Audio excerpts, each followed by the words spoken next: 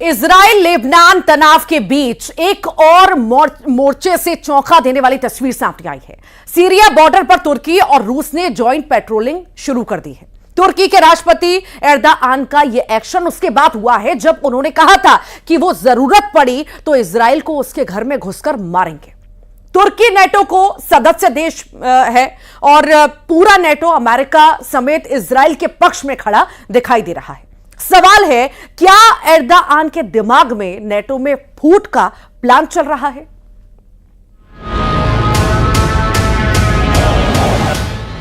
दुनिया में अपनी सैनिक ताकत से दुश्मनों में खौफ पैदा कर देने वाला संगठन, दुनिया के 32 अमीर देशों का सैनिक संगठन, दुनिया भर में हथियारों की सप्लाई करने वाला संगठन।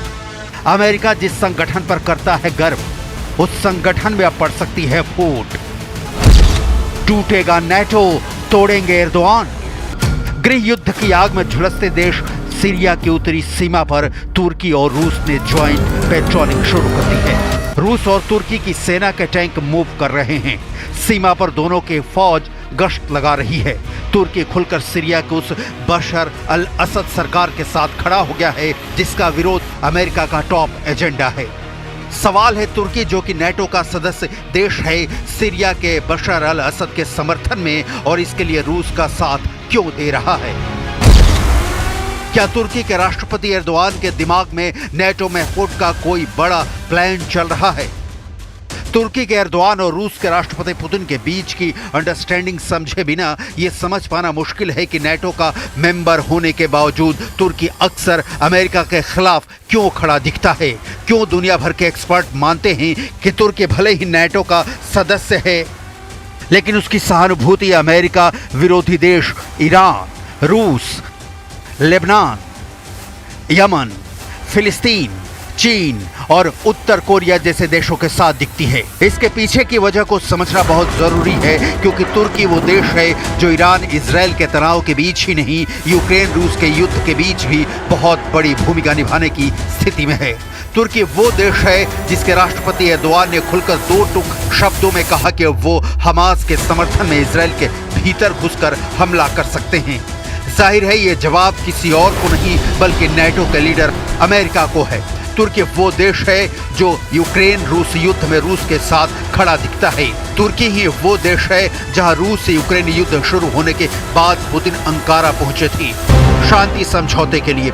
लिहाजा तुर्की के हर कदम पर पूरी दुनिया की नजर होती है। इसलिए तुर्की अगर नए ढंग से रूस के साथ मिलकर सीरिया बॉर्डर पर गश्त लगा रहा है तो खबर बड़ी बन जाती है, क्योंकि तुर्की उसका समर्थन कर रहा है जिसका विरोध नेटो करता है। लिहाजा सवाल उठता है कि क्या टूटेगा नेटो, तोड़ेंगे एर्दोआन? एर्दोआन और पुतिन के बीच जबरदस्त बॉन्डिंग है। इस वक्त रूस को तुर्की जैसे देशों की जरूरत भी बहुत है।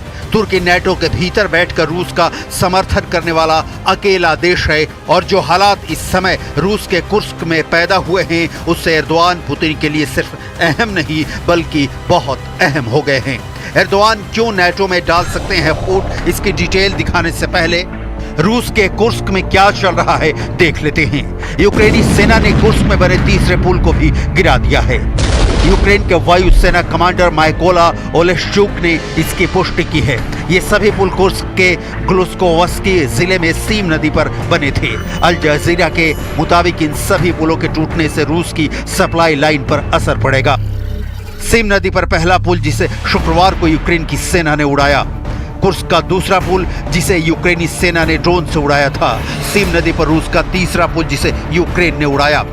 यूक्रेन के राष्ट्रपति ज़ेलेंस्की का कहना है कि वे कुर्स्क के इलाके पर हमला कर रहे हैं ताकि इसे बफर जोन बनाया जा सके। बफर जोन में दो देशों के बीच में खाली जगह होती है, इस जगह पर किसी का कब्जा नहीं होता। ज़ेलेंस्की ने दावा किया है कि यूक्रेन ने रूसी शहर सुज्जा पर कब्जा कर लिया है। यूक्रेनी सेना रूस में 35 किलोमीटर अंदर तक घुस चुकी है। ज़ेलेंस्की ने वीडियो संदेश में कहा कि सुज्जा में अब यूक्रेनी मिलिट्री कमांडेंट का सेंटर खुल चुका है। 6 अगस्त को यूक्रेन ने रूस के कुर्स्क इलाके पर हमला किया था। यूक्रेनी सेना ने 15 दिनों में रूस के 92 गांवों पर कब्जा कर लिया है। यूक्रेन के अचानक हमले के बाद 2 लाख से ज्यादा रूसी नागरिकों को अपने घरों से भागने पर मजबूर होना पड़ा है। 2.5 सालों के युद्ध में इस तरह के पलटवार की आशंका पुतिन को शायद ही होगी। पुतिन अपने सैनिक कमांडरों के साथ मीटिंग कर रहे हैं। पुतिन यूक्रेन पर कब्जा करने निकले थे और अब अपनी ही जमीन के लिए लड़ रहे हैं, वो भी अपने से बहुत कमजोर देश यूक्रेन से। क्यों? इसीलिए क्योंकि यूक्रेन जमीन पर बस लड़ता दिख रहा है। उसके पीछे की ताकत वो नेटो है, जो हथियार सप्लाई कर रहा है, जो ज़ेलेंस्की को हर संभव मदद कर रहा है। और वो किस लिए? क्योंकि रूस की सीमा से सटे देश यूक्रेन में संगठन का विस्तार हो सके। यूक्रेनी वेबसाइट कीव इंडिपेंडेंट के मुताबिक यूक्रेनी सेना के जनरल स्टाफ ने दावा किया है कि 24 फरवरी 2022 को यूक्रेन पर हमले के बाद से 6,03,000 रूसी सैनिक अपनी जान गंवा चुके हैं।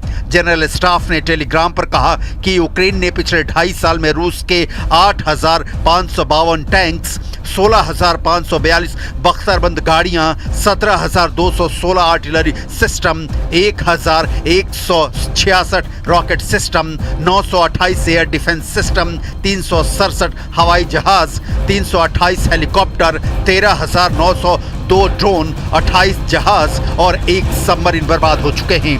यूक्रेन के जनरल स्टाफ के दावे की पुष्टि नहीं की जा सकती, लेकिन कुर्स्क की तबाही की तस्वीरें तो कम से कम सच दिखा रही है कि पुतिन किस कदर ज़ेलेंस्की की फौज के हमलों से बेचैन हैं। ऐसे में ही तुर्की जैसे देश का साथ मिलना पुतिन के लिए जलते जख्म पर मरहम का काम करेगा। लेकिन सवाल है कि एर्दोआन को इसकी जरूरत क्यों दिखती है कि वो नेटो जैसे शक्तिशाली संगठन में होने के बावजूद अमेरिका के दुश्मन देश रूस के साथ गलबाहियां करे। ये समझने के लिए आपको तुर्की की नेटो तोड़ वाली रणनीति की डिटेल समझनी होगी। इस्लामिक नीतियों पर चलने वाले एर्दोआन 2003 में सत्ता में आने के बाद से ही इजरायल के खिलाफ मुखर रहे हैं। फिलिस्तीनियों के प्रति इजरायल के रवैये की सख्त आलोचना करते रहे हैं। एर्दोआन गजा में इजरायल की कार्रवाई को अपराध बताते कह चुके हैं कि यह नरसंहार है।